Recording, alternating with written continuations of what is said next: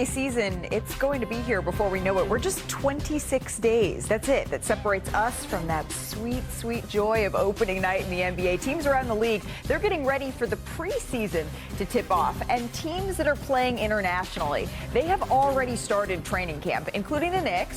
See Josh Hart there on the court with that brace on an injured finger as they get ready to open their season in Abu Dhabi, their preseason rather, against the 76ers. Joel Embiid, he's in the gym, but his status for those games and really for the season still up in the air. We hope to hear from him on Friday along with the rest of the Sixers for the first time since he had surgery back in April. So a lot of questions, right, surrounding the 76ers squad. It's a good thing we have the best in the business assembled to answer them.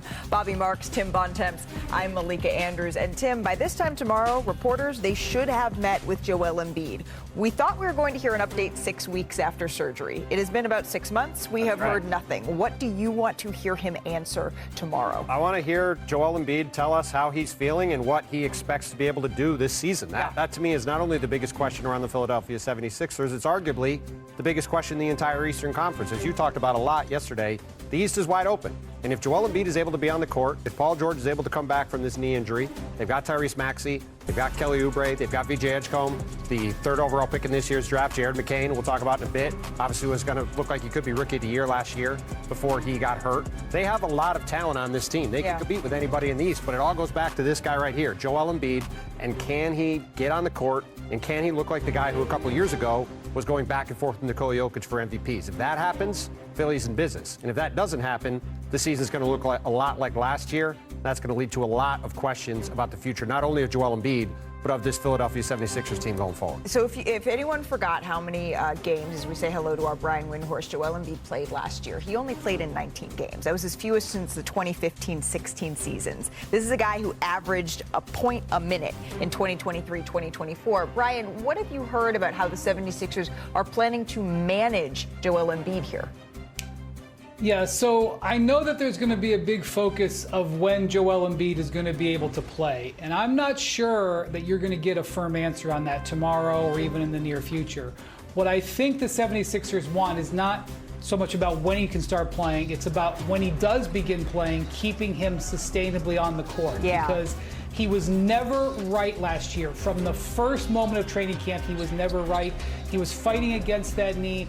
It took him weeks just to figure out what to do about that injury before he had the surgery. So I know there's such a focus on when to see him out there. It's really a holistic approach. They're really trying to figure out how to keep him upright. And obviously, we also need to hear from Paul George, who had surgery in July, to see when his timetable might be. And I also want to point out, not to focus on the negative, they still have an unsigned key piece in Quentin Grimes, a restricted free agent who's been in a stalemate for months now. That is also unresolved. And Paul George, Nick Nurse, and Daryl Morey, the GM of the team, will all speak tomorrow. And Shams has said that Quentin Grimes, he may not even travel with the team on this upcoming international trip as they try to work out this contract here. I don't like this. I don't like that we've started this show in this segment, and I think if we had turned the word surgery into a drinking game, we'd all be drunk 5 minutes in. I don't like this, Bobby. So can you show us what it is the 76ers are actually dealing with, what they're looking at with their roster? It's the forgotten team, right? Remember last year's offseason winner, the Philadelphia 76ers? They go out and sign Paul George. They draft Jared McCain here. This is the roster. When we look at it, when it's healthy, I think it can compete with New York and Cleveland in the Eastern Conference. Of course, the question regarding Joel Embiid and Paul George and Jared McCain coming back from that injury. Tyrese Maxey, of course, is back. Here's some of the big questions when we look at Philadelphia. Which Joel Embiid and Paul George will we see this year? Both guys certainly limited last year with injuries. Did we learn anything from last year? Look at this. 15 games together, the big three, 1 game under 500. Malika, I think this backcourt, when you look at Maxey, McCain, Edgecombe, and I think, when they add Quentin Grimes, could be one of the better backcourts in the Eastern Conference. And the Achilles, the front court depth, when you look at it, at Dembona, Andre Drummond, Trendon Watford, Justin Edwards. I do think there's an Achilles with this Philadelphia team outside of the injuries.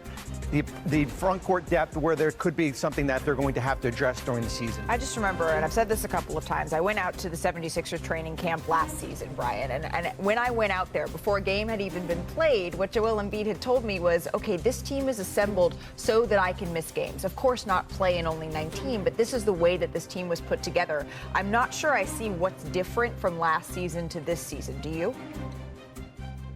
No, I think the big concern about Joel Embiid is that he left Paris from getting his gold medal healthy. He was not dealing with any sort of significant knee thing, and when he came to work to begin working up for the season, he wasn't right. And, he searched for a way to deal with that, and, unless that is resolved, in all honesty, we're talking about a middle-of-the-pack team.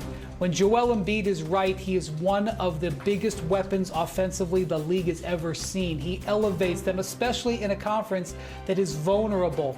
And so, as Bontemps said, that health and where Joel Embiid is, not necessarily on August or on October 1st, but where he could be in the back half of the season is one of the most important things we can see in the NBA going into the year. Health is the number one question. You've got to have more than 15 games with your big three together on the floor. We're going to have... At a media day tomorrow, suffered a UCL tear in his right thumb and his shooting hand. It's unclear how long he's going to be out, but I don't think it's going to be a short-term absence. And obviously again, we just spent all this first segment talking about the Philadelphia 76ers and the Joel Embiid situation and everything that's gone on with this team. Jared McCain had a great first 2 months last year, looked like he was going to be Rookie of the Year, suffers a meniscus tear, he's out for the season, really was pretty much the epitome of how last year went. Yeah. Now they're out without him to start the year. We don't know what's up with Quentin Grimes, who still is unsigned, the Joel Embiid situation, the Paul George situation. It's truly Groundhog Day in Philadelphia. Yeah. Very unfortunately, it's really remarkable we're doing this the day before media. It is so unfortunate for the 76ers. So again, Jared McCain here. We haven't seen him play since December when he suffered that first injury, and now he has an injury in his hand. Brian Windhorst, the impact of this on the 76ers before training camp even begins is what?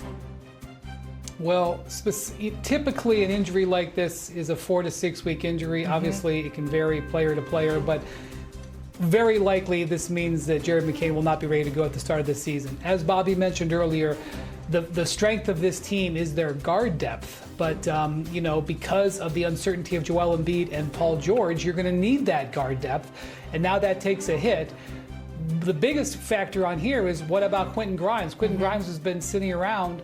Now he potentially gets a modicum of leverage because they're going to need that type of talent. They do have good depth at ball handling. However, it also could mean some more playing time early for Vijay Edgecombe, their high lottery pick. That's one of the big excitement things to look at for the season. However, I'm going to say you don't expect rookies to come in and instantly make gigantic impacts. So this is another setback, and now you have another player that you have uncertainty on when they're going to be able to play their first game. And if you're wondering where the UCL is, if, Matt, I could show our viewers on your hand, on your thumb, right? It's right here. So, and it is in Jared McCain's shoe.